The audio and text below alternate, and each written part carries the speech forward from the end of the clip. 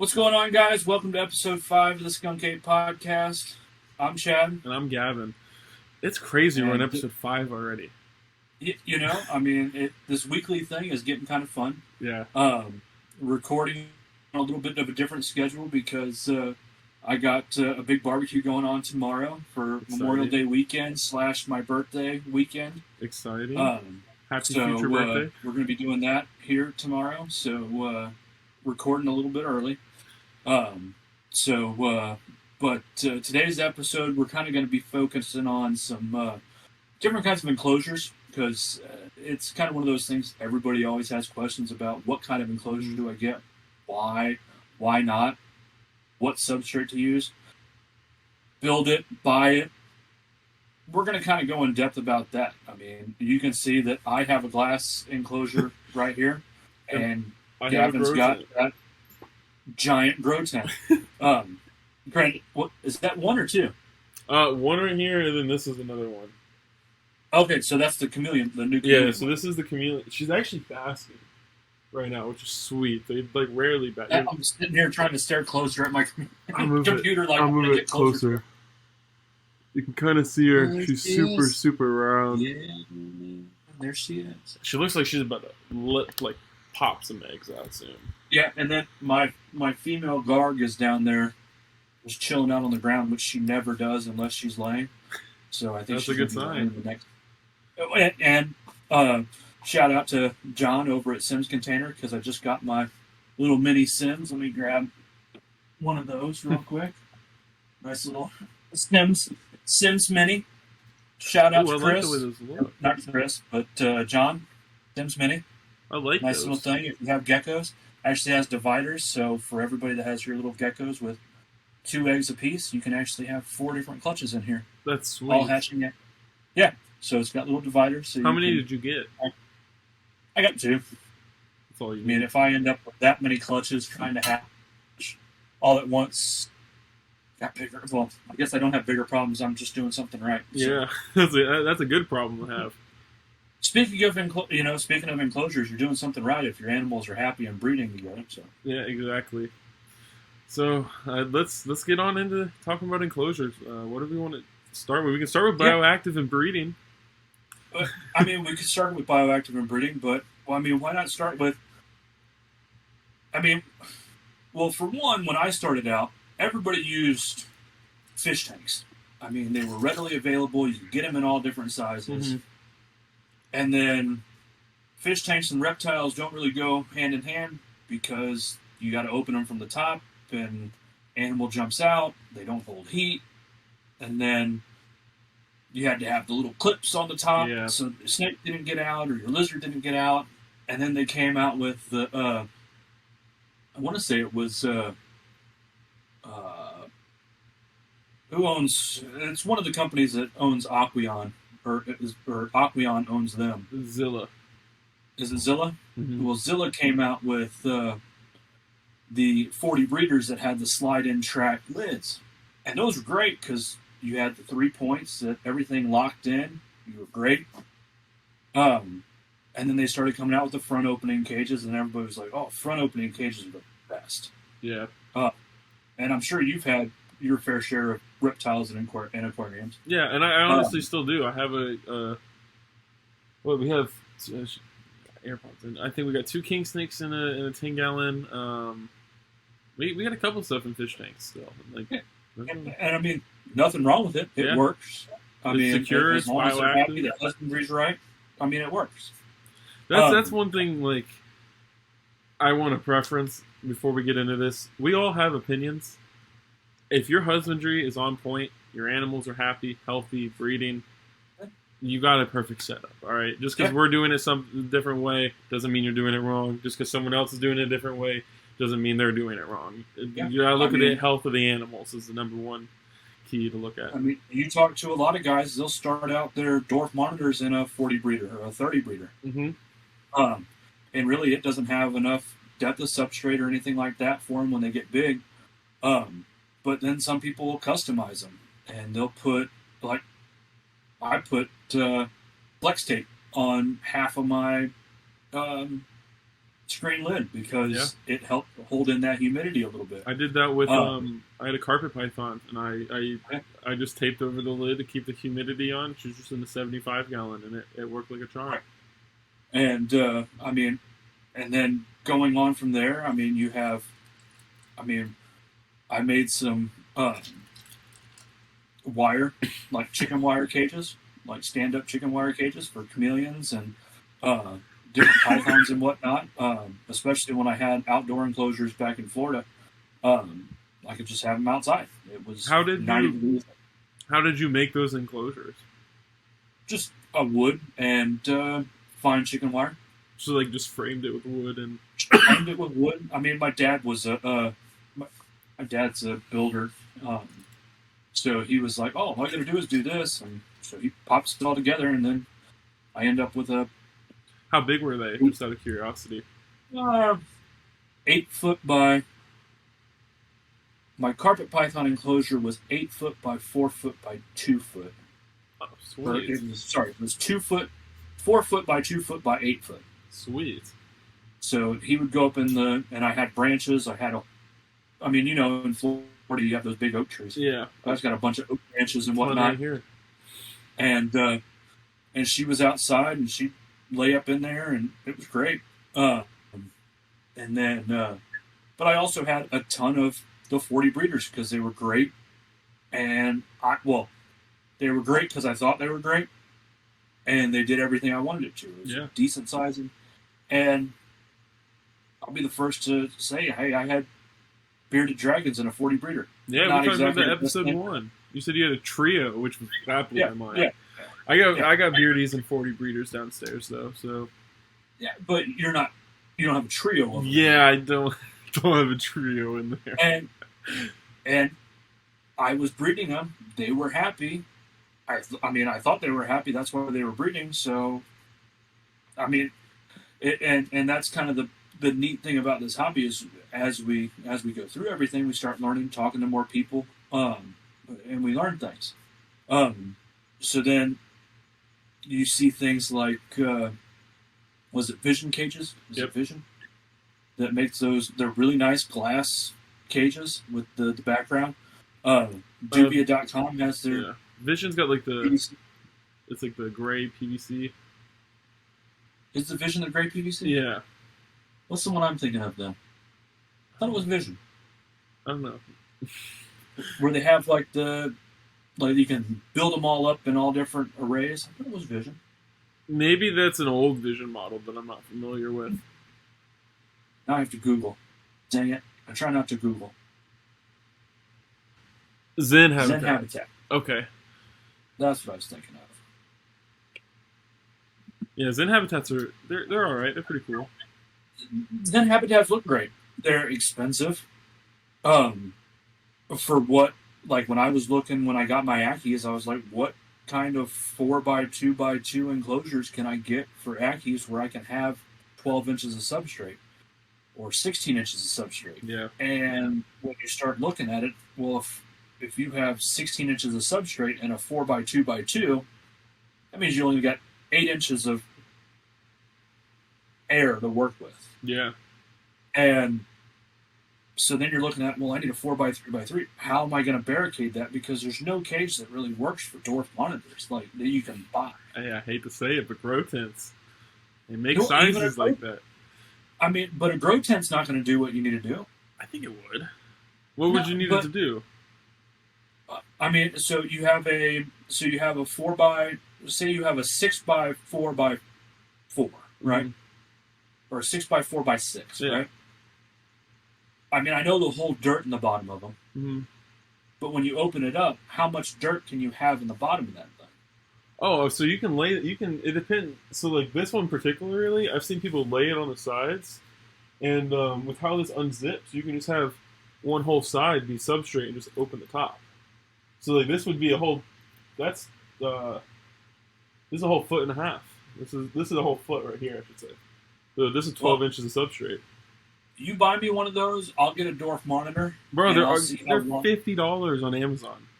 I will see how long a $50 grow tent goes on a subterranean burrowing. Well, the thing is, I wouldn't do this brand in particular, just because this brand is not good for monitors. There's like a little there's like a little gap where monitors can stick their nose through and get out, but it just depends on the brand. I know a guy that makes like he's working on making specialized reptile tents, and to do that, and you would be able to have deep layers of substrate. He's actually about to send me one, and it has a whole top compartment like hidden away that's like a sleeping chamber, like a little hide for them. Oh, that's pretty cool. Yeah, I mean, I'm not. I know I give you crap for it. Oh no, dude, I'm totally cool with the crap. I understand. I understand it. I mean, it works for some people. But like I said, in doing research and trying to figure out, hey, what's going to work best for me, the only two things that would really work for what I was trying to do was building it, going to Lowe's, Home Depot, whatever lumber yard you want to. I have to say 84 Lumber because I work there. So if I don't say 84 Lumber and I just throw out Lowe's and Home Depot, I might get fired, and I like my job. So go to 84 Lumber, buy your wood. We're in almost all 50 states. I mean, going to a lumber yard and getting your own wood, it works. You have to be a little crafty. If you do that, I would definitely recommend getting a Craig jig. And dry lock, it's an awesome product. I know there's a lot of people that hate on it and say, oh, it doesn't work. I know a lot of guys that have, some people that have fish tanks made out of dry lock. Yeah, me too. And it's like, that's pretty impressive that you have a fish tank. So to back up a little bit, with building a wooden enclosure, what would you recommend?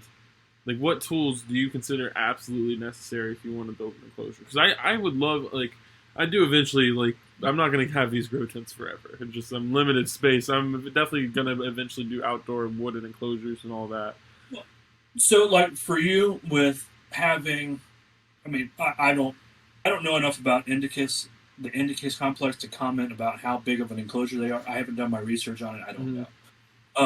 But knowing some of the stuff that you have, you could literally take and, the chameleon's going to be a little bit different, but you could do two. You could say you wanted to build a 6x3 by 2 for a snake or something. A what? I said just for something. Yeah, just for something. Doesn't need a lot of substrate or anything like that. And then if you build it out of wood, then you could take 2, and then you could put 2 6x, because say you have 8-foot ceilings or 8 feet to work with total, you could put 2 6x or 3x3x6s and put it right on top of that cage. So you have the same floor and you have 3 cages all right there. Yeah. So you just maximize your space, and say you don't need that 6 foot, so you have 2 3x3, so you can have 2 chameleon cages all. And then not to mention if you wood is great at insulating. It just naturally has a little bit of insulation to it. And it's really good at holding humidity. The only thing I would do with the wood is make sure you get, and you can buy them at, again, a hardware store of some sort. They're called gable vent plugs. But they're 2 inches. You can get them made out of metal or PVC or plastic or something, and you can glue them in with silicone, and then you can screw them in, you can nail them in, just depending on what they're made out of, and the nails aren't too long. You get those, and you can put, depending on what species you have, you can put 2, you can put 3, you can do whatever, or how much ventilation you need. They even make some that are big, about 12 inches wide by 6 inches tall, and then you can vent it out that way. And then you just worry about running light fixtures, stuff like that inside the wood. And you have to have a little bit of imagination. And sometimes the fixtures, all you got to do is wire the positive and negative on the terminal, screw it up to the top. It's good to go. You can keep going. No, go ahead. Do you think it's worth buying tools or just renting tools to build an Well, enclosure? so if you have a rough idea of, like, for the plywood, for example, you can go to some of the big box stores and buy a sheet of plywood, and they'll cut it for you in the dimensions you need. So Oh, I try to, like, a 4x2x2, right? That's a common size that everybody says a 4x2x2 is a yeah. good size. So you could take a 4x2x2, and on a 4x8 sheet of plywood, you can get one, two, three. You can get a whole basically an entire four by Just on four one by two sheet. sheet of plywood. So that would be $30. Not Um, bad.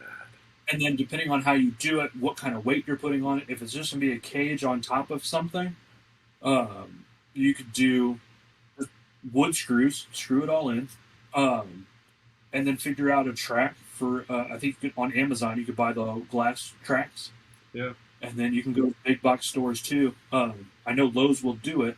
Um, you get the measurement of the size glass you need, and they'll cut the glass for you. I've even seen people go to just like the Lowe's or Home Depot and just buy like sliding glass doors or windows and just install them as like the access point. Oh yeah, I mean that's if you have a really big Mm-hmm. enclosure. Um, but I mean Do you you know what I'm think? talking about the Yeah. slider glass. Um, Do you think a like plywood would be the best material to use for that, or like best like for the cost? you're not you're between so you can buy a well I shouldn't say every time I go into the big box stores I go right to their clearance section because a lot of times you can find dry lock in their clearance section for Yeah. like $6 Hmm. or $20 for a gallon. Um, there's a debate on whether or not you should get the dry lock extreme. I've heard people use both. I've used both. I have both. I haven't seen an issue with it. I'm probably going to get crucified for that somewhere. But What? Just out of curiosity, what enclosures do you have the extreme versus the normal in? I don't. I mean, I don't have them anymore. Oh, okay, okay. But the extreme I put in the Aki enclosure, the Okay. old Aki enclosure I had, uh, mainly because of the amount of substrate in there, using the plywood and all that stuff. It you don't want it to leak, especially when it's on the second floor of your house and you have Yeah, 300 pounds of soil in it. that'd be bad. Um, yeah, but you also can look outside the box. But like uh, where I got my Aki cage from, I went to do a delivery, and it was at a ship supply. Like they sold parts to put on military ships, Hmm. and they had a 5 foot long by 3.5 feet tall by 3 foot wide crate that they shipped a big valve in for a military ship. Huh. And I just said, "Hey, can I have that?" They're like, "Yeah, let me call my boss." And they're like, "What the hell do you want it for?" I said, "A lizard cage." They're like, "Boss said okay, lizard man." I was like, "Sweet." So I So it mean, was even just like something like a wooden transport crate. yeah, just I mean a wooden crate, What like did you do to turn it into a reptile enclosure? cut a hole out of it so I could have glass doors on it and drill two inch or four 2 inch holes on the top for those vents on it. Oh wow. Um, but as far as tools that I would say that you should have if you're going to be building any cages, Hmm. um, a table saw is a great thing. That's if you're not wanting to get it cut by yourself, or if you want to cut it yourself. But like I said, you can get Lowe's to cut your plywood for you. So table saw is probably the last ditch thing. A cordless drill, a good cordless drill, or a corded drill if you want. Cordless drill just gives you more options. A 2 inch hole saw. I mean, a chop saw. and buy a chop saw from Harbor Freight.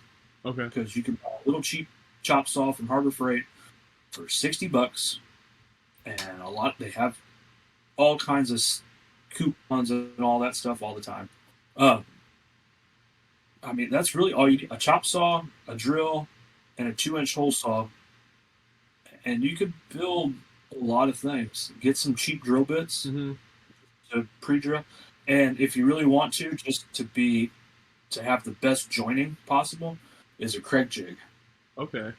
And I think they have a Craig jig at Harbor Freight as well. And it's like, instead of being $100-something, it's like 20. Oh wow. Yeah, that's the move right there. And I mean, that's all a Craig jig is designed to do, is to create joints. So now how would pre-drilled at a certain angle, and you just use special screws and it sucks it all together. Interesting. So how would like a plywood cage? I guess if you dry lock it, I guess it holds up with like let's say I wanted to do like a crazy humid like chameleon cage. Yeah. Well, that's is that the debate? It would. I mean, it absolutely would. I mean, dry lock is a waterproofer for basements. Oh, okay. And like we talked about, people have turned it in or used dry lock to turn it into aquariums. Or to use wood as a backing for an aquarium. Not something I'd trust, but people have done it or made ponds out of it or things like that. So, yeah, I mean, because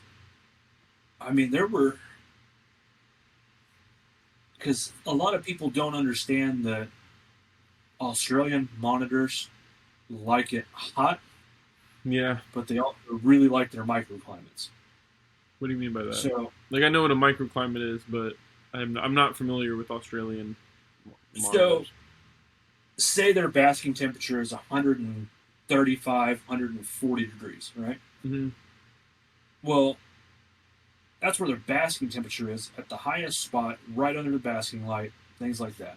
But on the other side of their enclosure, it could be 90 degrees, you have your lows and highs. And then if they really want to, like where they'll hang out a lot of times, is they'll hang out under the rock crevices, or they'll burrow down. They burrow, that's just what they do. Yeah. And you don't have to worry about the humidity so much in the air, because there's so much moisture in the soil. That's what helps them shed and all that stuff. So if you ever see Ackie monitors or any of the dwarf, like the Tristis or things like that do like to burrow, and they have like missing toes or their tail or stuck shed or things like that, it's typically because they don't have enough moisture in the soil. And people soak them, and Ackies, I haven't found that Ackies like to be soaked in any way, shape, or form. I still am trying to figure out how some of these guys are getting these yellow Ackies to stay all nice and pretty and all that, because mine were dirty and dirt colored all the time. Yeah, I don't know. Like, even some people with some of these Bell's phases, I don't know how they have these super clean white Bells. Like, a lot of people's I see, like, I think yours are y'all's are a great example. It's like, they're dirty. Like, they got dirt all over them. Bruce is a beautiful Bell's phase lace monitor, and he's not that crisp white. And could I soak him in a tub for 20 minutes or so? Probably. Am I going to want to stress my animal out just so I can get better Polaroids of him? I mean, you've seen some of the pictures I have of him with that I've taken, and he looks like a great lizard. He's still a beautiful lizard. He doesn't look fake at all, but I mean, I have just a regular normal water monitor that I pulled him out of the cage, and I was like, I thought you had color to you. Now you look like an xanthic. And it's like, oh, that's right. He's got all that topsoil in the cage, so now he's just gray. He'll probably love the soak in a big pool or something like that. But speaking of, I would like to get into. Let's talk about big pools and enclosures for some of these big water monitors. So I know y'all are doing something pretty fancy with that. We'll get into that, and then I'll talk about what I do for my mangroves. So I I'm a big fish tank guy. Like, I've always had fish tanks, and I've always dealt with filtration Same. systems, and you see on all the groups, the water monitor groups, and all this stuff. They're like, you're never going to have a filter that's going to work for an Asian water monitor. So at this point, I'm working on coming up with a fancy way of making a biological / mechanical filtration system. And it's going to take some work. I got to reseal some concrete ponds in the walk-in enclosures. How big are the concrete ponds? They have to be at least 150 gallons. Oh wow! Okay, What's the? Do you know the dimensions roughly off the top of your head, like length and depth? I know those concrete mixing tubs. I could put 2 of those side by side and have another 6 inches down in it, and it's 3 concrete blocks high. Like standing vertically or horizontal? No, if you were to lay concrete blocks the way you're supposed to lay concrete blocks, so I guess that's 8 inches, so it's probably almost 2 feet deep. Oh wow, sweet. That's sweet. Yeah, I just basically have concrete mixing tubs and just 50-gallon tubs in there. But I eventually plan on doing like my end goal, like when I have them outside and everything, I want to have 300 to 600-gallon stock tanks for them, like big old bog filters and just constant water movement. And that's what I think people mistake is. I think you can, like, what I would love to have in an Asian water monitor enclosure is have a nice big bog filter, have a waterfall feature,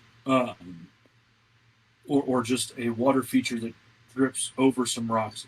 Basically a waterfall, but not like any kind of fancy ones. Like just make one like I've made for fish ponds in the past. I mean, I used to take 55-gallon barrels and stuff them with lava rock with a little bit of polyfill on the top of it, and that was my filtration system for a 4,000-gallon pond. That's all you need.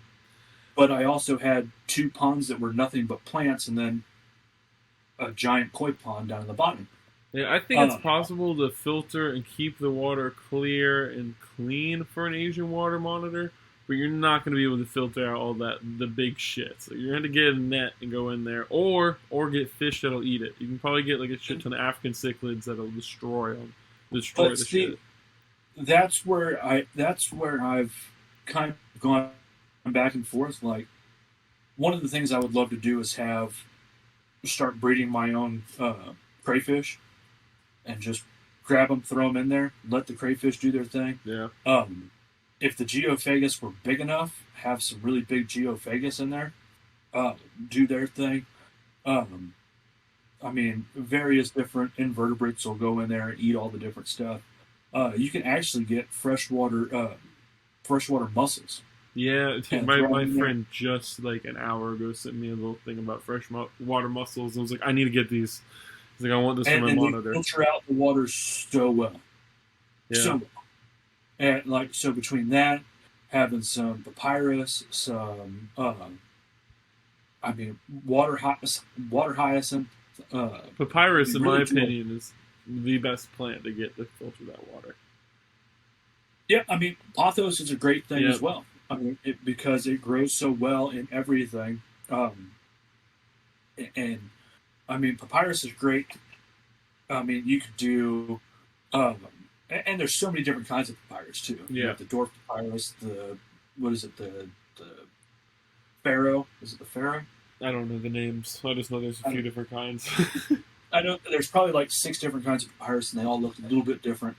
I mean, just there's a lot that's involved, and the hard thing though with doing things like that is when you're breeding reptiles, it's not conducive to have something fancy. Mm-hmm. Oh, you got to keep it simple.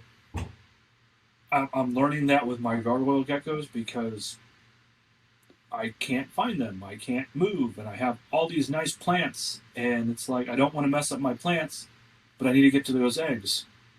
Have you Or I thought just about just taking the parents out, putting them in a simple breeding enclosure, and then you can put the baby, like, once the babies get big enough to be on their, like, manageable size, put them in those enclosures to grow up in? yeah, I've thought about that, but it's like, and why did Because I you, make this nice, well, pretty because you enclosure can you for can you? still do you can do a nice, pretty bioactive and keep it simple for them. Like, you can just put like a big a cork bark or a cork round, a stick, and then just But do a single pothos plant. That's all you'll be fine. yeah, and I mean that could be something good, but like they're back underneath the back, or she's back under the background, in the back behind all the plants, and luckily, for whatever reason, and I still don't understand this, and we've talked about it before, is I have two identical enclosures with identical lighting. One has two gargoyle geckos, adult gargoyle geckos, and one enclosure has a single younger juvenile female. And the juvenile female enclosure, the plants are insane. Mm-hmm. Like they're huge, and the big adults, the plants are not doing that great. Maybe the adults are just trampling them, and not like where it's killing them off, but affecting how fast they grow. Even the pothos isn't growing that great. That's weird. That's weird. Yeah. I've had a lot of enclosures. Like, I've done a lot of bioactives, and I've had a lot of enclosures that do fantastic, and then I've had some that just don't seem to grow for months, and it's like I am doing the exact same thing. And I Yeah. I think this can sound really stupid, but I feel like plants are kind of like animals in a way. They all have their own personalities, but they all have different growth rates, and they all like individually based. Well, and that was the other funny thing. I literally think I pulled, like I got the. I'm like the woman that goes in and tries to rescue plants at Lowe's and Home Depot. I go find the clearance plants Yeah. because if they die and I pay $2 for it, I don't worry about it. But and then the other thing I do when I go buy plants for my reptiles at Lowe's is I usually pull up Josh's frogs and I look at the plant on Josh's frogs, and I look at the same plant there, and I'm like, Josh's frogs cost this much. Lowe's, oh, it's clearance. It's only $2 versus $24 because this one's for reptiles, this one's for planting. Yeah, I I mean, always try. I honestly, we have a few good local nurseries here in Yeah. Gainesville, and man, you can't beat them. Like, one of them is actually run by volunteers, and so Mhm. it's actually like it's dirt cheap. I've gotten like I got a 5 foot palm before for $10. Oh wow. Yeah, and like you can get that, but place is crazy cheap. But then the other nursery is super nice. They have a lot more of like the what you'd use in the bioactives, like indoor house plants and stuff. But they get a lot of rarer ones and more expensive stuff. So they're a little bit more pricey, but they're good quality if you buy from like local nurseries. Like, I love Lowe's and stuff, but I've had issues of like mites on the like plant mites, spider mites on Lowe's plants, so you just gotta be a little careful with them. Yeah, I usually, well, I mean, I usually take them and my wife gets mad at me, but I'll take them and rinse them most of the way off Mm-hmm. outside in the hose, and then I'll bring them into the kitchen. I'll rinse them all off and like get the roots completely cleaned of. Yep, that's the way to do it. And then I go ahead and I plant it in my media. But I mean, I don't even do like the little clay balls. I do lava rock. Lava rock is a great underlay. And then I get a roll of house screen, put that down as the barrier, and then I make my own soil. I mean, it just works that way.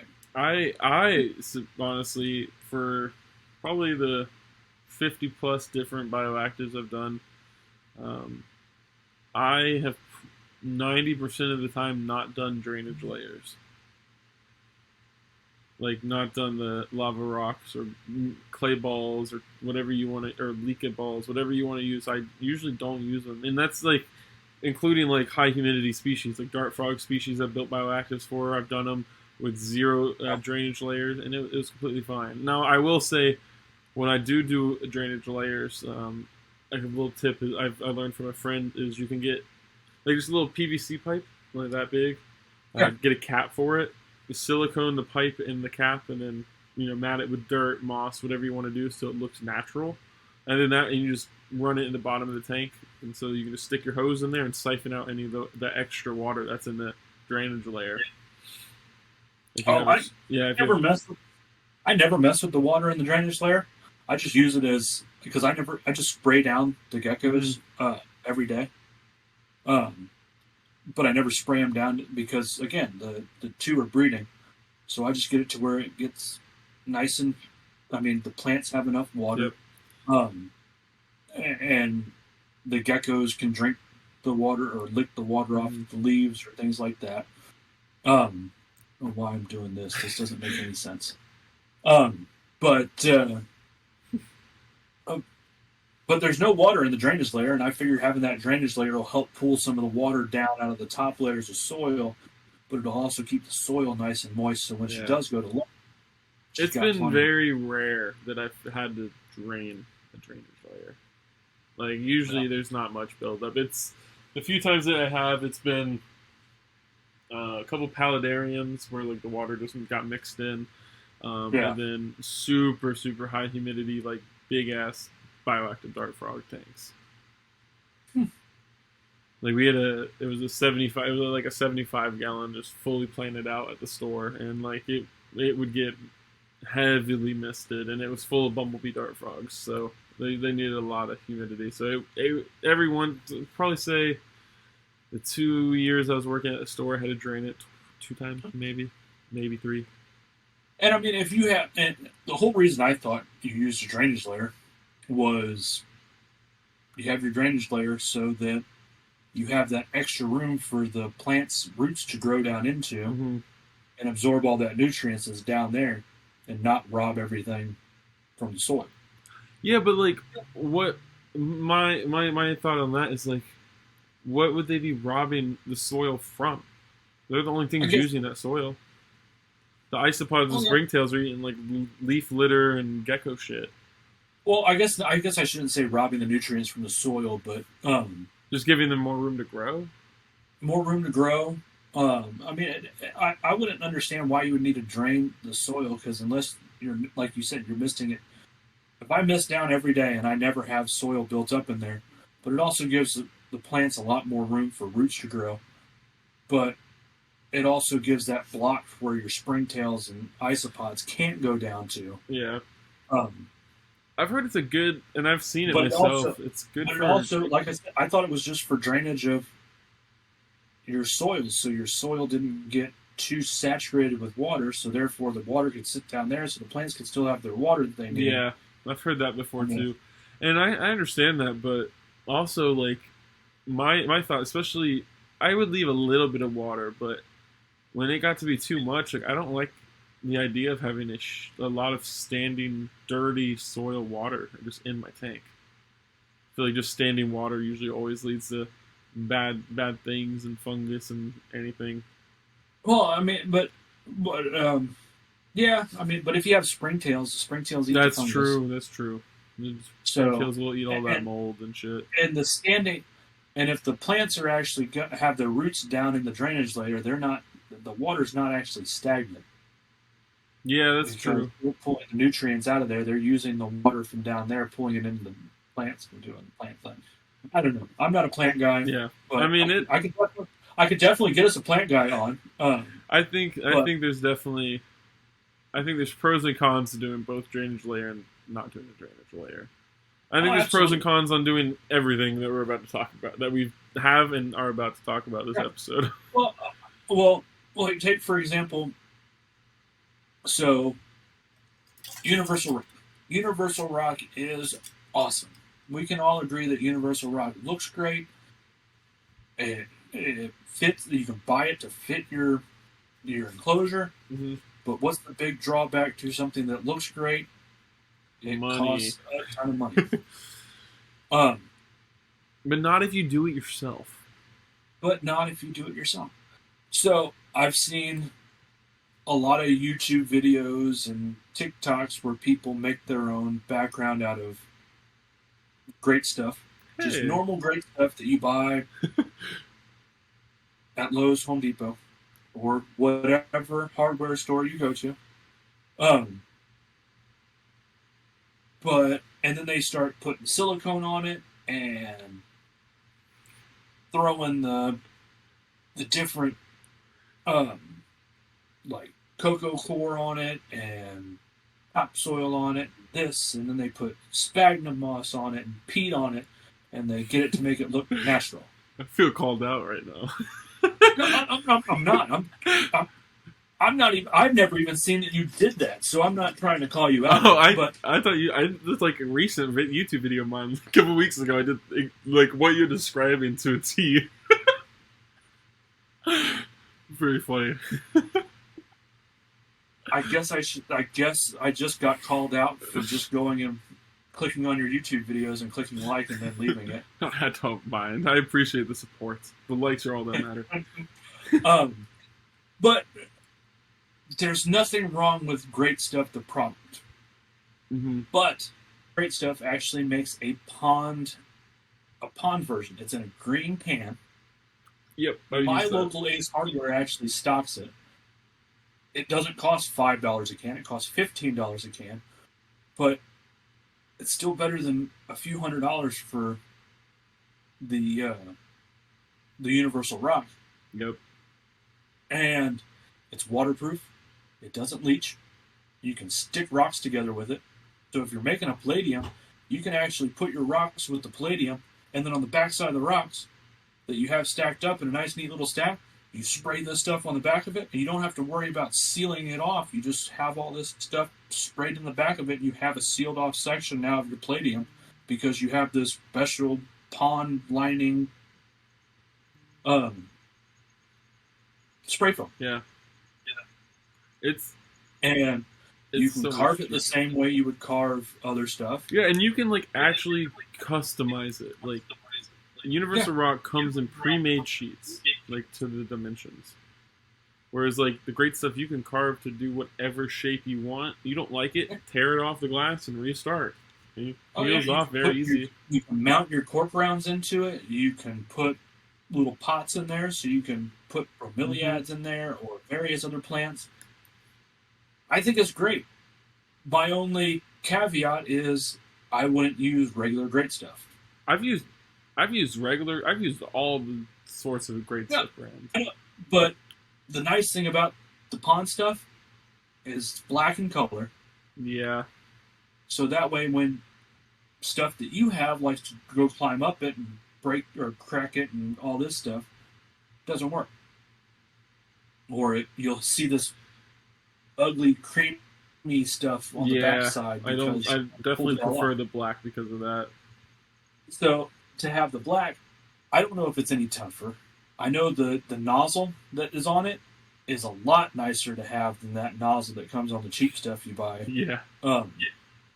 So even in that aspect, it's worth it. But yeah, just the amount of stuff that you can do with the Great Stuff is awesome. So I'm not going to knock it. The only thing I'll say is use the pond one. It's in the green can. Use that. I mean, I agree with that statement. It's go watch the YouTube video. I pointed down below earlier. I'll show it again. Like you can see why you don't want to use the white stuff, because when you don't cover it all, it looks ugly. It looks really ugly, and you can see that at the end of my video. And I wish I knew whose video it was, but there's a guy that makes some awesome bioactive enclosures. Probably Serpa Designs. I don't know. He's the but I know he does it all out of PVC. We haven't gotten to PVC. PVC, if you have a lot of money and you're willing to work with it, it's a pain in the butt to cut. Let's just get to the nitty gritty. It's a pain in the butt to cut. You're better off just buying one. You have to seal it a certain way, otherwise it'll leak all over the place. So you actually have to use like specialty glue to glue them together, and then it doesn't screw together well. But PVC is great all in all because it lasts forever. It's the best at holding in humidity and yada, yada, yada. I can go on. But it's expensive.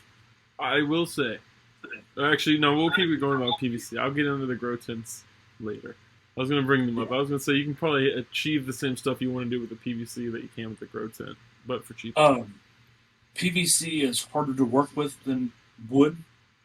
You can cut little slits in PVC to get the same achievement of the little gable vent covers I was talking about. Again, PVC is great because it's light, so you can have a 8 by 3 by 4, and it weigh less than a 4 by 2 by 2 of. Oh wow!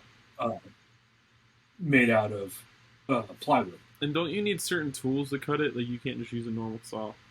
Yeah, you have to have a special PVC cutting blade. You have to use the best way I've found to put it together.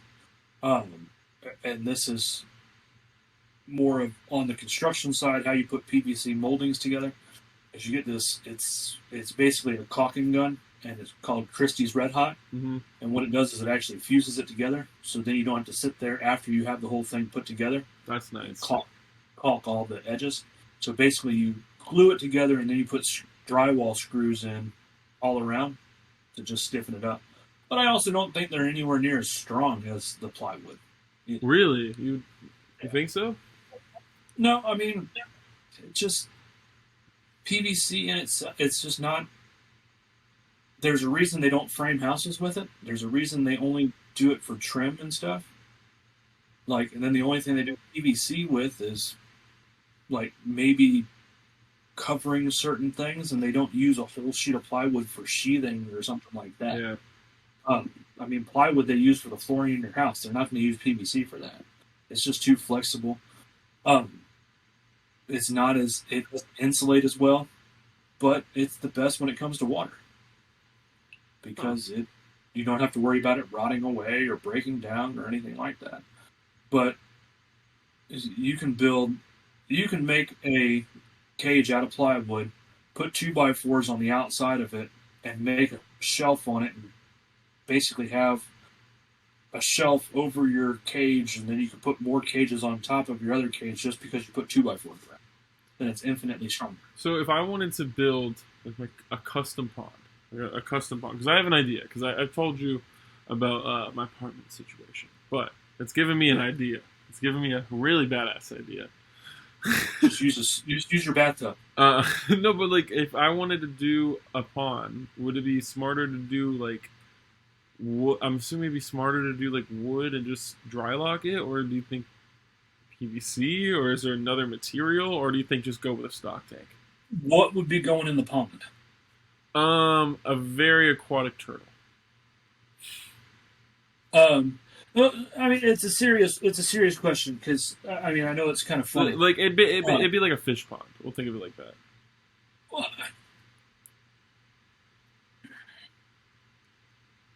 if it's a fish pond, you can do a frame out of lumber. You can frame it out of lumber. Buy yourself a pond liner, fill the pond liner, or put a pond liner in there. If anything has claws in any way, shape, or form, I wouldn't do a pond liner. Okay. Do you think it'd be better just to get like a pre-made stock pond then? Like I'd want it to be like a 300 to 500 gallon ish. Well, something like that gets really, like I said, it's just really, it's hard to say. Mm-hmm. You know, I mean, does that make sense? Cause no, I completely understand that. Well, what would you do? Oh, like you had the space, you wanted to build like a 300 to 400 gallon, or you want to get a 300 to 400 gallon pond. Are you going to try and build it, or if I had a flat river turtle, right? Mm-hmm. I would build I'd probably do it out of wood, or concrete block, and then I would cover the concrete block with it's called it's either Zypex or there's another one that's more of like a silicone that you roll on. Okay, is it pond armor? No, it's another one of those. So Zypex is another concrete um, uh, waterproofer. It's just a little bit more. It's drastically more expensive and drastically better than Zypex or than Drylock. Zypex is better than Drylock. Okay. There's also another one that is. I'd have to look it up, and I just don't know the name of it off the top of my head. But it's more of like a rubbery substance, but it doesn't get affected by claws as much. Okay. So I'd probably do something like that. If I did that out of wood, it would be 2x6 walls with 3/4 inch plywood around the outside. Would you put a viewing panel, or is that way too much work? Like, there's no reason not to have a viewing panel. So how would you? How do you do that? I can't tell you all my secrets now. Well, just like advice, like tips. No, so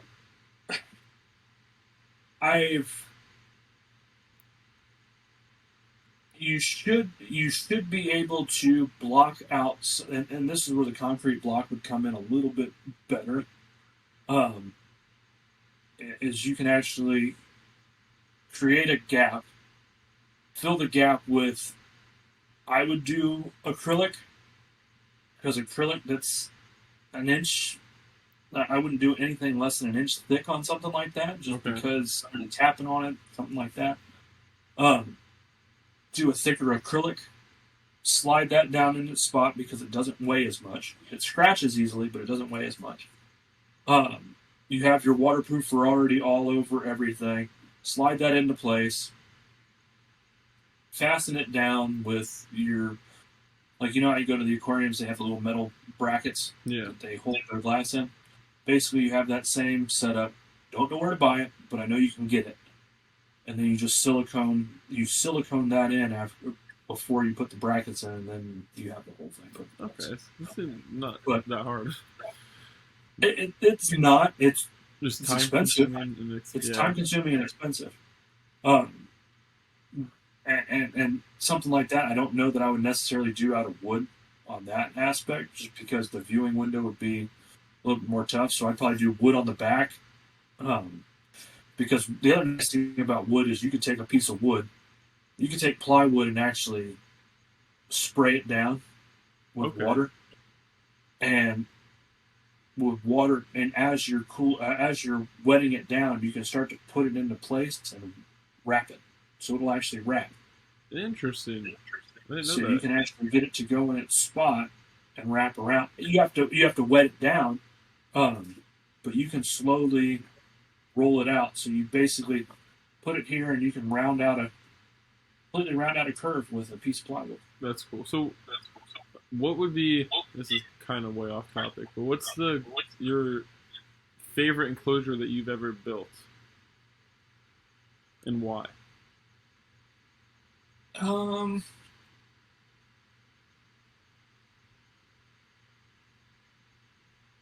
one that's in my head right now that I haven't built yet, but I've got all the stuff to go to it. No.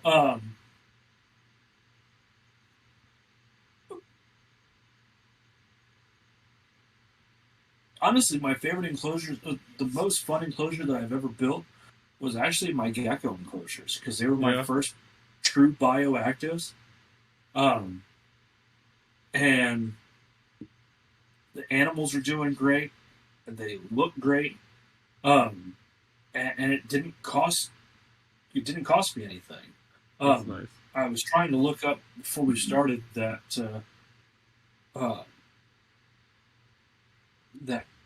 the cage that it's that's in, because I think they're awesome cages. I'm trying to figure out what it's called.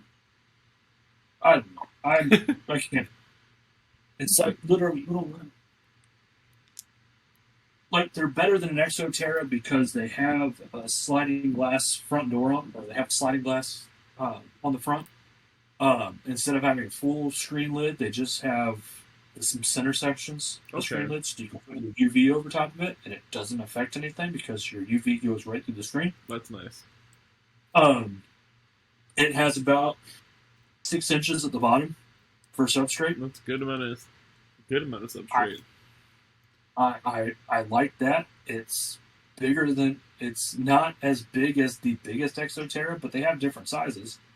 But it's designed to fit on the Baker's rack behind me. Oh, that's cool. So they're designed to fit on something like that, so you can have 3 of them side by side That's nice. on a Baker's rack. I'm stuck because this is low. But So, do you have any? You don't have to say the one you were just talking about, but do you have any future enclosure builds that you're excited for, / looking forward to? So I have an enclosure. I have 2 enclosures. I kind of got stuck with a red iguana. Oh, recently? Well, we got him, or Chris got him for a friend of his a little while back, and the guy was supposed to come down, and then we went to Chattanooga to go meet up with him because he lives. We went to a show in Chattanooga, brought the iguana there. He was supposed to pick him up, never picked him up, still hasn't picked him up. So we're just sitting here feeding him and all this stuff. That's and he's not in an enclosure that's designed for an iguana. That's a pain.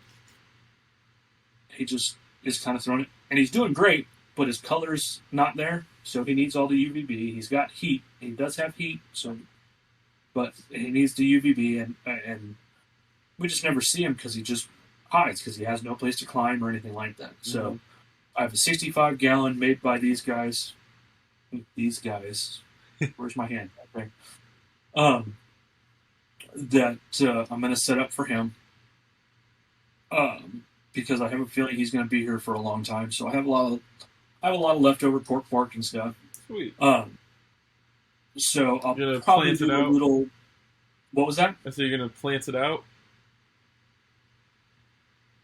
I worry about putting plants in a herbivore enclosure because if I screw up just the slightest bit and grab the wrong just do pothos plant, I mean if he eats the pothos, because pothos is like it's technically poisonous to mammals, but it's completely fine for reptiles to digest. Yeah. So and it grows easy. Yeah, and it's not a chance that I'd be willing to take. You know, I mean, I know that. No, I completely understand that. But I didn't want to put plants in with my monkey tails for that exact same reason. Yeah, I ended up putting some plants in there, but they ate them all, and I don't think I'm going to put plants back in there. Yeah. And then the other thing is I have I would say it's a 55, might be a 60, so it's a 4 foot, 48 inches long, 13 inches front to back by, 18 inches tall? Dimensions might be a little bit different, but it looks like a 55-gallon aquarium. But it's designed by the same people, so it's got that smaller screen in the top. And those are going to be for the Blue Beauty and Knowles that we're supposed to be getting. Y'all have those. Well, we don't yet. We're getting them. That's going to be sweet. And that's going to be a fully decked out planted enclosure, full bioactive, with a. Did I send you the picture of the universal rock in that cage? No. I've seen a lot of the universal rock, but you should definitely do a waterfall if that's what you're about to say. I was thinking about doing a waterfall, but I decided against it. I would do a dripper though, like you do for chameleons. That looks sweet. Yeah. Dude, and you can like run a little pump that just slowly drips water into like a little basin because they'll drink from dripper and they love that. It's one of their main sources of hydration.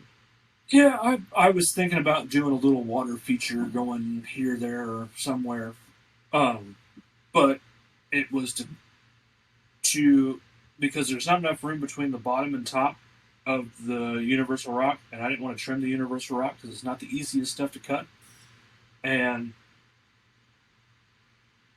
You know, I just went on this whole rant about Universal Rock's expensive, and here I have Universal Rock. Yeah, but y'all got a crazy deal.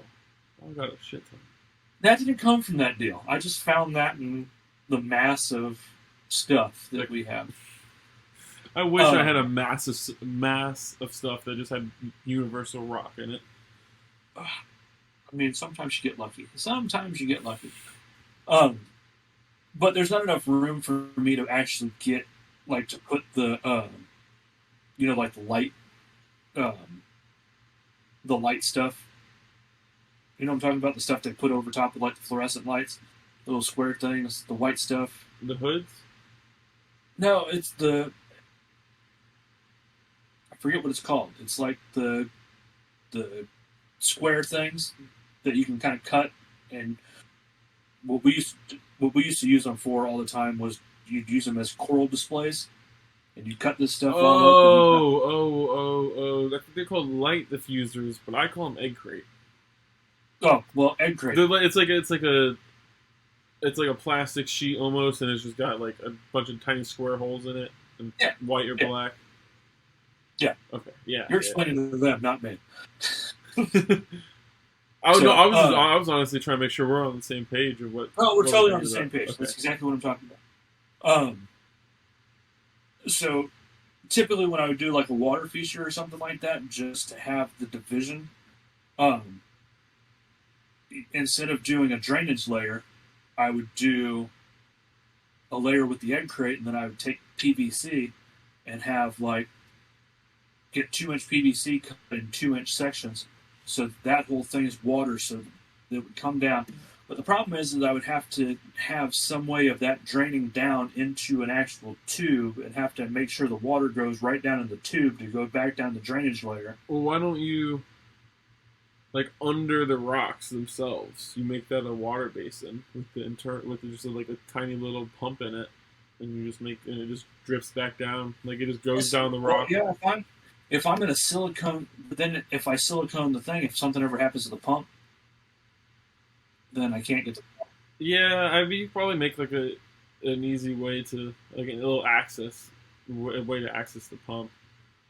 Because I mean, they're Blue Beauty and those. They're going to be more up top if you do a tiny little hinge door that you can lock shut. I don't know. Maybe cut a hole in it. But then you don't want the lizard getting in there. Right. Trust me, I've gone through it. I'm like, how am I going to do this?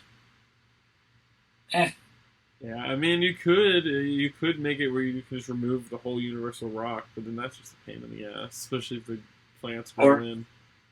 Or I can just use the Mist King. Yeah. The drippers are cool. You can do both. Or just use the Mist King. Yeah.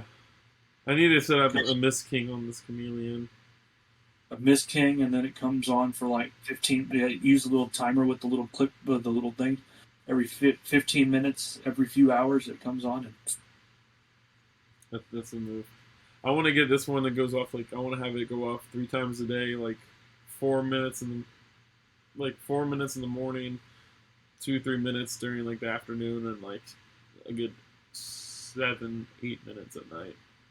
Yeah, because this thing likes 100% humidity at night.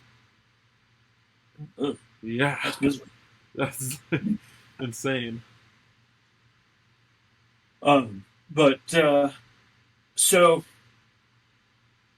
that's kind of what I've done cage wise. I mean, I'm really excited to do this the Blue Beauty cage. I think it's going to be really cool. I really do like the idea of doing a water feature. I've contemplated it, thought about it, thinking of how I can do it. The other thing I thought about doing, and I don't know how I would get it done, was if I made a little pond, a small little pond on one corner, mm-hmm. and then did a cork flat and ran a tube up to the cork flat and let the water come down the cork flat. Yeah, you can do that. You could use one of those little corner bowls. And if you don't like the way that fake plastic rock looks, just grate stuff it. Well, that's what I was going to do. I was going to grate stuff it with little river stones. Yeah, I think that looks sweet. I like that. I've seen not me, but at the store I worked at, one of my old co-workers, he had a little tank where the water just dripped through and down the cork bark, and it looked epic. Yeah, I think that would probably be something, because I I have a little pump that I can use for that. And what I would probably do is drill a hole just big enough to where it just dribbles out of the top. Yeah. And just goes through the torque bar. That'd be sweet. That'd be it. Hey, be awesome. Thanks for bouncing ideas off me. I think that's a great idea. Man, that's what this podcast is for. Well, that's what we do on the podcast. We just bounce ideas off of one another. Yeah. So we've held it off long enough, and it's my favorite thing to give you crap about because I don't have any, and I use them for their intended purpose. You use grow tents for reptiles and plants, I guess. I see the appeal to it, but at the same time, the security, because you have rhino iguanas in it, you have mangrove monitors in it, you have a chameleon now in it, you have monkey tail skinks in it, and a pied pectinata. And something that really wants to be angry and get out of there. Yeah, security is definitely the biggest issue you run into them with. It's all about, you got to go with the right brands. There's a couple good brands, and also that are secure and they're tough. My mangrove monitors will sit and just claw at the material for hours trying to get out. They're assholes, and they've never been able to tear through it or anything like that. Same with the rhino iguana in here. He'll just claw at the door and it doesn't tear open. The biggest issue is a lot of people, there's vents. There's vents for the intended purpose of grow tents, the big circular vents on the sides. You gotta secure them. I personally, I just tie them tight and then zip tie them closed, so it's impossible for anything to get in and out of them. And that seems to have worked for me and my mangrove monitors. I use them as an example because they're the escape artists. They get out of everything. Well, they're monitors. That's what they do. Mm-hmm. And they have not been able to figure out a way through that. These tents behind me with the clear doors, these are Ator is the company. As much as I like the clear doors, they're probably the worst ones to get for reptiles because of how it is. So this is a zipper right here down the middle. But then there's another zipper. Let's see, I'll raise the camera. There's another zipper that goes here to the middle, and then another one that goes here to the middle. So it's technically 3 zippers that join up right here in the middle. Oh, okay. And where they join up, they can't meet all the way, so there is a tiny, tiny, tiny gap that your mangrove monitors will stick their nose in and then just quite literally unzip the tent from the inside and get out. So I had to learn that the hard way. Is that what happened the other day? No. The tent they're in now is I broke it because I'm dumb. So that's a different story. That's why I moved them out of the clear plastic enclosures. But with their tent now, it's just a cheaper one, to be honest with you. And for the monitors, I need to get an appropriate I can't go cheap on the mangrove monitors. How big of a cage do you need for the mangroves? Ideally, I would do the adults in the old cage I used to have for them was ideal for me. It was 6 foot long, 3 foot wide, and 6 foot tall. Right now they're in something a lot smaller. It's 5 foot long, 2 foot deep, and 4.5, 5 foot tall. I plan on eventually moving them back to something I want to do here in probably the next 6-ish months. I'll probably do a 4x4x8 for them. Yeah, I only ask because I have something. I had something in mind that could potentially work for you, but it's smaller than what you have them in now. So, and it's made out of wood. Yeah, and I think that's what I'll probably end up doing is just building wood enclosures. Wooden screen. Yeah. I miss having, because I had them in a screen wire cage, and I like it a lot more. I like being able to see the visibility. I love, don't get me wrong, I do love the grow tents. They're just not the best for monitors. For my Cyclora, for the Pectinata, for this chameleon, and the monkey tails, I won't change them out of them. The Cyclora will when they're adults. For now, he's good in this size cage, but eventually he's going to get a big ass outdoor enclosure. It's my plan for the Cyclora and the monitors. Yeah. Because they'll outgrow the rhinos are going to outgrow that pretty. Oh yeah, he's already he's been in it a few months and he's already gotten massive. But the best thing about them, that I think the most common complaint I should say, is people are always saying they're going to catch on fire. But I don't think people realize that these grow tents are made to withstand very high heat, because some of these grow lights that some people use these grow tents for can get extraordinarily hot. And so, like, I have... What kind of lights do they use them? Mm-hmm. I don't know. What kind of lights do they use in them? I don't know what I don't know. I just know that they're made to be withstand. I mean, I have a 250 watt bulb touching the material, and it's been like that since, I don't know, January. And I've had that with they're not even getting hot. Like I can go and touch where on top of the tent, right above where it is, and you can't even really feel the heat light.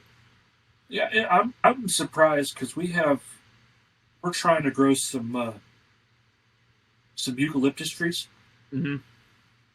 and it doesn't look like it's going there so well. But we have them in a grow tent with light and all that stuff in it, and we keep it in the incubation room, right next to the poultry incubator, and it is not warm. Like that poultry incubator does not warm it up at all. Yeah, I don't. It's something with the material. It's like, because it can hold, like, oh my gosh, you go in this, you walk, like, because I can fully walk in this cage. I'm 6'4", and I can stand inside without having the duck. I can walk in there, and it gets about 20, 30 degrees hotter than what it is in this room. Oh wow. Yeah, and you can feel the heat. Like, stick your hand in any one of these tents, and you can just feel the humidity and heat difference. It's wild. Like what I need you to do when you move that rhino out, you need to send me that one so I can start my mushroom farm. I could do that. I could possibly do that. I'm just sitting here going, edible mushrooms. I want to grow lion's mane and oyster mushrooms and things like that. That would be fun. That would be cool. I do not like magic mushrooms, so I need something that'll keep super high humidity. Yeah, and the tents do the job. I mean, I'm about to buy. Actually, not about to. I have. Today's Friday, and on Monday I'm getting some humidity gauges that I'll be able to connect to my phone, and so I'll be able to actually get the exact readings of the humidity in all of the tents, which I'm super stoked for. Because I want to know the specifics, because you can feel it. It's drastic how humid it is in there. And luckily for all the species I keep, it works well. The Cyclora and the Pectinata, it's mainly just hotter, not humid, because we don't keep them. The Pectinata is a little bit more humid than the Cyclora, but like the monkey tail skink tent is humid. Yeah. The other thing I'll say that I like about them is they give you a lot more viewing to them, and this is, I've never used them, I'm just seeing what you have. Mm-hmm. It seems like you get a lot more viewing to them, but you can also walk around like the side of the enclosures and things like that and not worry about making your animals nervous. Yep. If they are having a bad day, you can shut them all in. Yep. Keep it so they can't see you. So I'm sure for the indicus, that's great.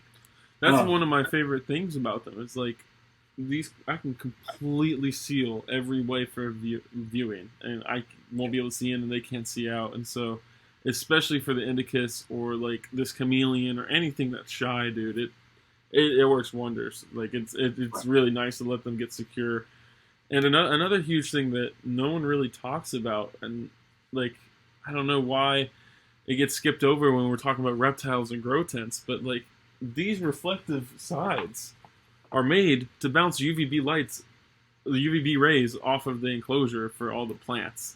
I've had a friend that has a solar meter and grow tents go in with his solar meter, and he's getting the same reading right underneath, like 6 inches under the light, compared to all the way at the bottom of the enclosure. And it's sweet. Now, is that because I know, and I mean, I guess every animal's different, but I thought it was your UV, you want to have a UV basking spot, and you also want to have a basking spot, Mm-hmm. which is another reason why I like the tubular, or not the tubular fluorescence, the compact fluorescence, because you can put them where you want, and I could put a couple of them so that if they're not getting that full spectrum over here, I can put a lower one down here, and they're getting it down here, and all that stuff. So that way, because they can get UV burns. Yeah. That's why the idea of shade and all that stuff. So does that not affect them in the same way? I'm sure if you left a very bare enclosure, him and I personally, and I feel like most people that are doing the tents are doing stuff like this because they do so well holding the humidity and heat that the plants just thrive in them. So I personally, I fill it with plants, and if there's not plants in it, I fill it with different like hiding spots and logs and areas for them to get away from the UVB completely. Like my monkey-tailed skink tent is the perfect example of it. Like it has 4 or 5 different cork rounds that they can go inside of and get no UVB light. My mangroves are the same way. They have some big arboreal hides that they can go in and hide from all light if needed. So I give them the option to get away from it, but honestly, they seem to always like to be out. Huh. That's pretty interesting. Actually, the craziest animal I've ever seen was on YouTube. I don't want to mention the person's name, but he used to breed, or he might still breed, Argus monitors. Mm-hmm. And he kept Argus monitors in grow tents. I think I know who you're talking about. He got bit? Yeah. Oh, yeah. Yeah. Real bit. Yeah. Yeah. I know who you're talking about. You just gotta... I think...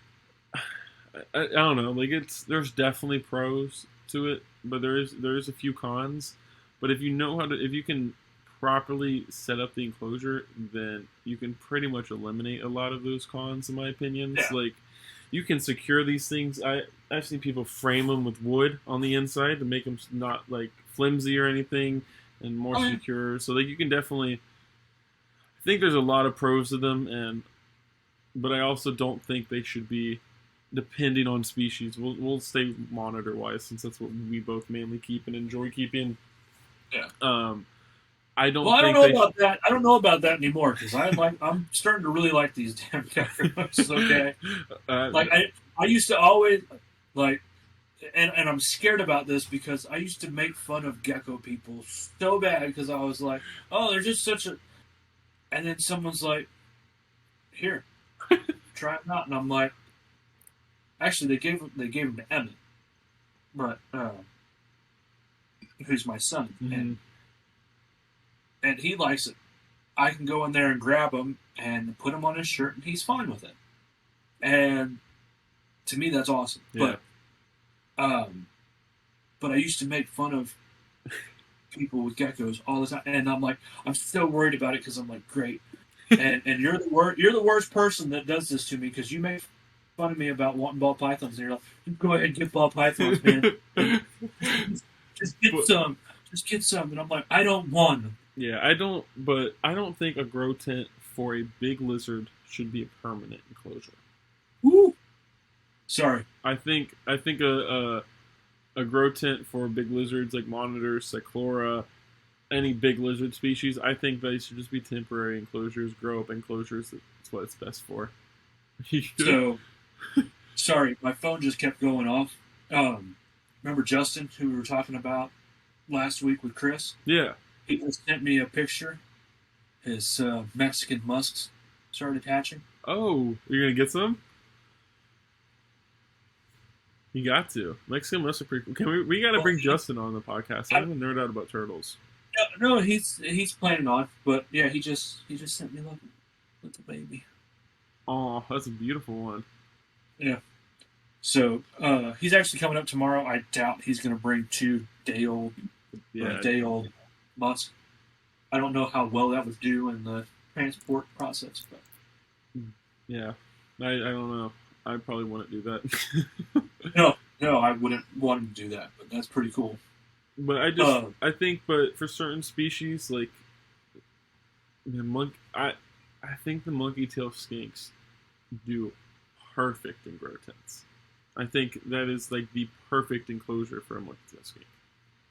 Now are you are you saying that? Are you saying it's the perfect enclosure? If so, say you could, if you had the money to do so, and build them a 8 by, let's say an 8 by 8 by 8 enclosure, Mm-hmm. right, with all the rocks, all the everything, like if money wasn't an object, It is you still say. it is the perfect I, indoor enclosure. I'll still say that. You can get 10 by 10 by 10 grow tents, my man. You can foam out grow tents. I'm just saying, if money wasn't an object, Yeah. you still say the grow tent's the best. If money wasn't an option, I'd have everything outdoors. But if outdoors wasn't an option, then yes. I think that it's the perfect tent for a monkey tail skink indoors. I will get probably a shit ton of heat for that. But I mean, they're doing great with man. it, and I'm about to actually I'm getting a tent sent to me. I mentioned that earlier, specifically for the monkey tails, and it's supposed to. The whole goal between him, or with him, is he wants to make the perfect reptile tents, and specifically the perfect tent for monkey tail skinks. So we're gonna review it, test it out, and hopefully can prove to people that tents do great for monkey tails. He's sending it out to other monkey tail skink owners that are in the groups and stuff. I mean, one of the things that I think that would be great, I mean, and you're doing it now, is the chameleons. Like, how cool would it be to have a big, like, Jackson chameleon community tank? Yeah, I think chameleons. I think chameleons do good. I can't really speak on it just because I haven't even had this chameleon in this tent for more than a week yet. But so far, so good. And with my other experiences with grow tents, I think they make great enclosures for certain chameleon species, but it has to be done right. Like, you have to do specific things. Like, I would recommend having a fan in there. I think if you don't have a fan in there, I would not even think about putting a chameleon in a grow tent, because I think it'd get the air would get too stale and humid for them. Like, I know they like high humidity, but you don't want like the humid, stale air, if you know what I mean. Right. It's different, right? Yeah. Mm-hmm. All in all, it's different. So. Yeah, I think any species of chameleon that does good in hybrid tanks or all glass tanks would thrive in a grow tent. But I think some species that do better in open air, I don't really know any off the top of my head, might not do that good in a grow tent. But I don't know. I can't think of a chameleon that won't do good in one. Yeah. Oh. Oh, I mean, you just see all these. I mean, it used to be the gold standard that every chameleon goes in a Screen cage. A screen cage.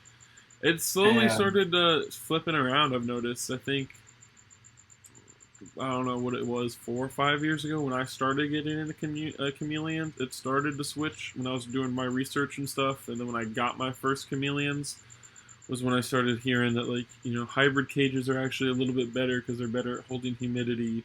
And then I heard, I was hearing people mention, like, all glass cages are fine as long as you can, you have a little fan or can keep the air clean and all that. So it's crazy how much knowledge you learn with these reptiles year after year. It's constantly evolving. Yeah, it's crazy. I mean, now we got LED UVB bulbs. Yeah, I would have never imagined. I mean, like, I would love if I could, well, actually, I've been seeing a lot on social media right now as Epic came out with a screw-in directional bulb that faces down, as opposed to that one that screws into the side that you have to use their special bulb for. And I would love to put those on the gecko enclosures, just to have UVB help with the plants. The plants would like it. They would like it. I'm definitely adamant about all animals need UVB. Mm-hmm. There's a lot of keepers that are like, I don't use UVB. But I just think it's a good thing to have. I think it's a good thing to offer. Yeah. These animals, while they're not wild caught, they're still animals that are in the wild. I mean, when we get kept indoors, we end up getting seasonal depression and things like that. And so I think the UVB is a good thing. So I definitely would love to try an Exoterra UVB bulb on one or both of the chameleon enclosures. And I just can't find where to buy them yet, but hopefully soon. Kitty. But no, I mean, I think between the UVB, I mean, if they could figure out a way to, make basking lights for some animals that didn't burn as much electricity, so that California could be happy. I think would be great. Yeah. I know I used to get in trouble when I had a lot of reptiles back at my parents' house. My electric bill, you owe me like $150, and this is back in 2004. $150 for the overage that you have now charged on my electric bill. And back then it was like you used the what is it? Was it not the Zoom Ed? What is the? Yeah, I think it is the Zoom Ed basking bulbs. Yeah, the ones that are in the white and orange package. Yeah, I have them. Right there. Yeah. I mean, that was what you used. You always used a basking bulb. We didn't know anything about lights, and then Exoterra went through this thing where their coil fluorescents were bad, and because they weren't as advertised, and then that's when coil fluorescents got they're bad. Yeah. And it's ever evolving. I mean, like we were just talking earlier in the week about waterfalls. Mm-hmm. And the waterfalls with the mysteries, and I use those Exoterras all the time. Those Exoterra waterfalls, never had any problems. I threw them out because I was tired of crickets getting in there and clogging the. So that's the kind of the biggest issue that it really is. It's like crickets will get in there and stuff gets stuck in there and dies off. And like you said, that wasn't a thing back a few years ago. It's only been a more recent discovery where people have realized that those little plug-in waterfalls that you can get aren't really that good for the animals, I should say. And I mean, I still, I mean, I'm assuming there's something in the plastics that leaches out or something like that. I think so. I don't remember the specifics. I'd rather the just amount of algae that cleans up and nobody cleans them off because you have to undo everything and you don't pull it out. And it sounds like it's almost more keeper neglect than there's actually a problem with but they're a pain in the butt to clean. And I had both of them. I had the small one and the one that you had the fogger for. I had a big ass one that had like a skull on it and everything. That was a pain to clean. I hated that thing. It was cool, but I hated it. I had the one that had the pump in the bottom and then it had the fog machine on it. Mm-hmm. And for one, those fog machines will shock the shit out of you. Really? Yeah. Do you have any good recommendations for foggers? I've been looking to get one. I don't know. I haven't researched enough about foggers because I've only used that kind. Mm-hmm. Which I would assume you'd have to have a shallower water dish, but you can just put those things in a shallow water dish and they'll generate fog. You know what I'm talking about? The ones that look like they have a little coin. Yeah, the little circular ones. Yeah. Okay. They work. But they do have those little ones that I've seen a lot of chameleon keepers and gecko keepers have. That one that's got like the little the scrunchy tube. Mm-hmm. Has the flat nozzle. Yeah. And you have a like 2-liter bottle on the outside, and you fill that up. I've seen a lot of people using those. I've been thinking about trying to either do one of those and have it come, because it'd be for this chameleon, and have it come down through the top and fog.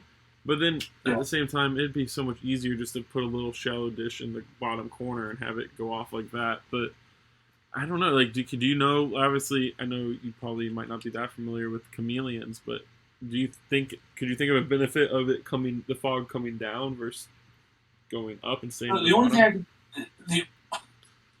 the only thing I can tell you about the little circle ones is they don't generate that much fog.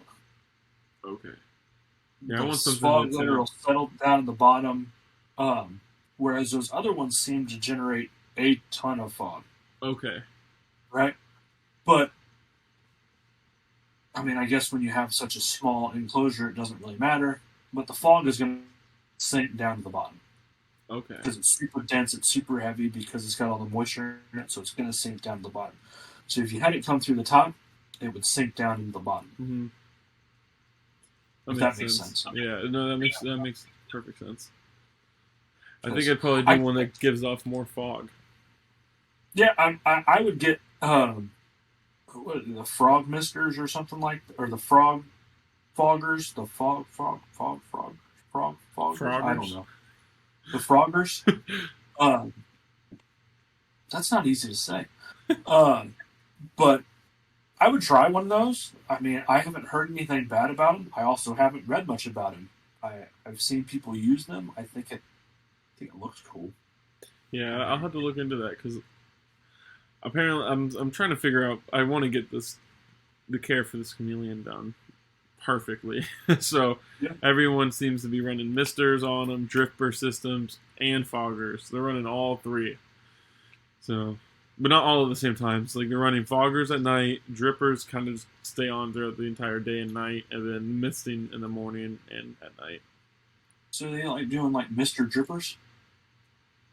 What do you mean? Or the big, or no, it's the big dripper. Yeah, people are doing like those, or like I was probably gonna do one of those like dripper leafs. I've used them before with my old chameleons that you can buy. Like Zoom In makes them, I think. It's just like a little leaf with a pump at the bottom, and it just slowly drips water off the leaf. I've never seen that. It's super cool. You can just type in dripper plant, and you can find it pretty easily. I've used them before. They're dope. They look super natural. I don't know. I've been seriously debating and on whether or not I would get a male and female veiled again. I will say I told myself years ago I would never do chameleons again unless it was this species. And of course, this species comes and I get it. But now I'm like, damn, I want to do chameleons again. Like, it makes me miss chameleons. See, I really like the veils. I'm weird. I love veils too. I had a few myself. They're awesome. I think they're one of the. I think they're very underrated. They're very underappreciated in the hobby. I think they're one of the better looking. I mean, as far as shape and everything, I think they're a better shape than most every other chameleon. Mm-hmm. I mean, yeah, I think panthers get too much attention and love. Yeah. I think recently, the past few years, some other species have been getting some love, like Parsons chameleons, which is awesome. I've noticed a lot of like the little dwarf, like Brooksii, like the leaf chameleons and this little pygmy chameleons. I've noticed are getting some traction. So it's cool to see some other stuff, but it does seem like the veileds get kind of just overlooked because everyone, they get sold for dirt. You can buy for like $10. You can get eggs for free at expos. Some people just give away eggs and babies. Like they're bred too much. I mean, yeah, like I said, I know there's a couple spots down in Florida where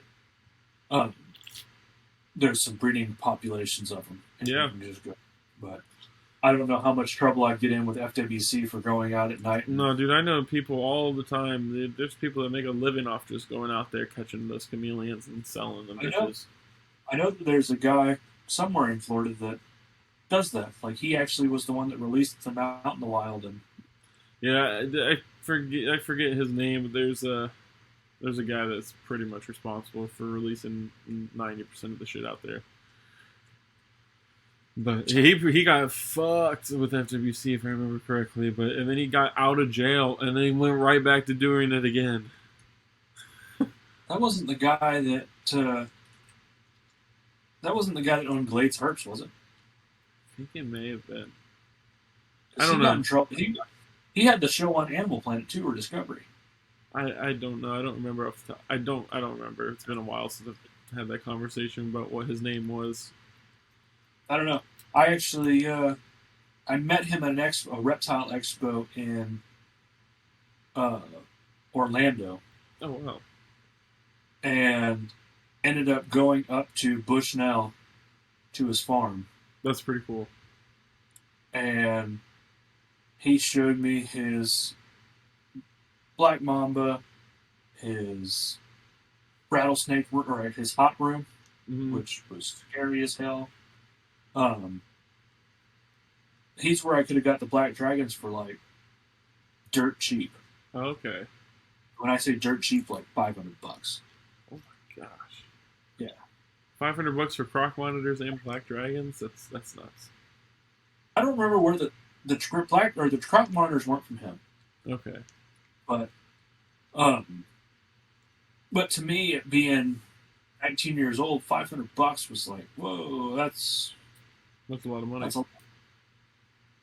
I mean, now thinking about it, when you start reading some of this stuff, it's like $500 back in 2004 is actually like $850 today. It's like, oh, so I mean, was it really that far off, or Yeah. Anywho, anything else? Any other enclosure stuff we want to talk about before we end this?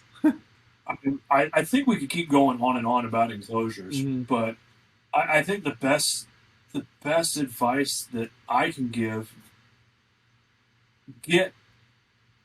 for one, I would say, do your research on what the animal needs first. If you're buying a juvenile or something, have something set up for them at first. It doesn't have to be what they need as an adult. Yes. But have that plan in mind, and weigh the options between something you can build, how handy you are. If you can buy a prefab something, do that. Or, I mean, Gavin's almost got me sold on some of these grow tents. I don't know for all species, but I think it would be definitely not for all species. Yeah, but it's definitely a very good, really inexpensive option. Yeah, like this is a 4 foot long, 4 foot wide, 7 foot tall enclosure. I paid $80 for it. Yeah, I mean, you can't beat that. You're not finding a PVC or wood enclosure for $80 that size. But what I will say is, if you are getting a juvenile animal, do not put a juvenile animal just because it will grow into something like that. Don't put it in there, because you'll never see it. You won't be able to get that bond with it. Start out with smaller. Always, I always try and emphasize this. Do not put baby animals in a big ass enclosure.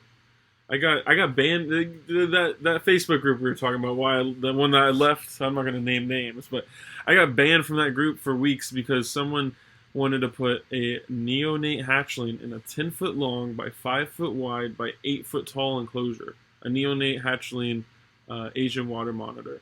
And I was like, that is not a good idea. Do not do that. It's going to struggle to find food. You're never going to find it. How are you going to monitor its health and its growth rates? I would recommend doing, as a juvenile, just do a 4x2x2. Once it outgrows that, then you put it in that big enclosure. And I got banned and shit on because I told them not that.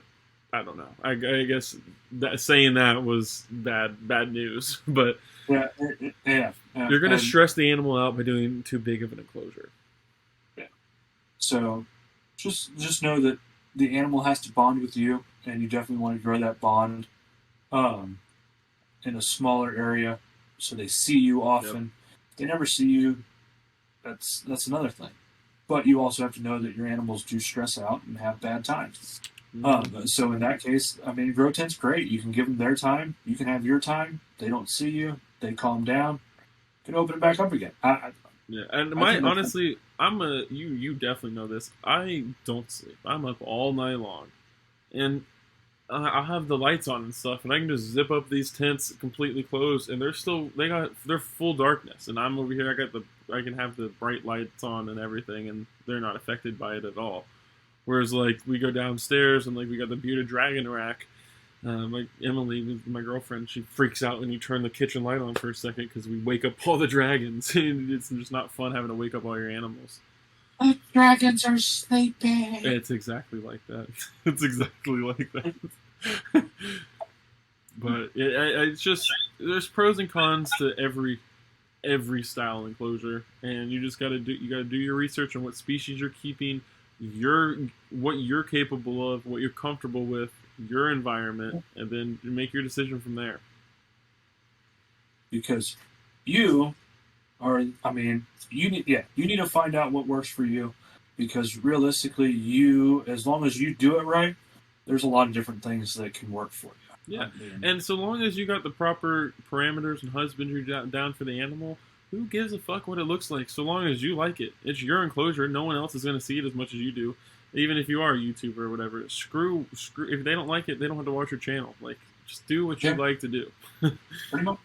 Yeah. I mean, people do things successfully all the time, but I would definitely recommend spending more money on lighting than an enclosure. So agreed. If you can get if you can get the proper UVB lights and you can get the proper heating and basking lights, do that and get yourself a grow tent. I mean, yeah, I mean, dude, like, done that a couple times. You don't even have to like have the grow tent for its cage. Like, if you're just tight on money and you got this animal on a limb, like you went to an expo, saw this animal, had to have it, you get it. You have enough money to buy the lighting, or let's say you have the lighting left over, but you don't have a cage and have to wait a couple weeks for a paycheck to hit and for you to buy a proper cage. Get a $50 grow tent. Get there's grow tents that are $20-$40. Like, just do that for the couple weeks. How about this? Just buy a grow tent for $40 or $50 and just have it in your closet in case you do have that. Yeah, I just bought this animal. Yeah. Well, yeah, or even like if you're breeding like monitors or anything, or anything, and you're cohabiting anything, and you notice aggression and you need to like separate it, throw it in a grow tent, or you can use the grow tent for quarantine. You get a new animal, set it up for its quarantine cage. Or you can use the grow tent for growing. Growing plants. Its original purpose. Yeah. So, all right, guys. That, I think, wraps up episode 5. If you guys have any questions about enclosures or even other stuff, feel free to comment. Yeah. Let us know what you want to hear from us. I mean, we'll try to give you the best information we can. If you need any help, reach out to me. Reach out to Gavin. I think Gavin's a little bit more connected in some ways than I am. Yeah. We're always, I don't know about Chad. I would say he is, but we're always willing to help. Just send us a message, and if we see it, we'll respond to you. Yeah, we're always here to help you guys, and just let us know if you need anything. Our socials will be right down here, as well as links will be in the description. Yeah. But, don't forget to like, comment, and subscribe. And we'll see you on episode 6. Yep, and hit the notification bell to get notified whenever our premieres go live, so you can be one of the first people in the live chat and actually join in and get to talk to us, because we watch them live and talk and interact with you all in the chat. So, yep. All right, guys. Thanks a lot. Have a good one. See you guys.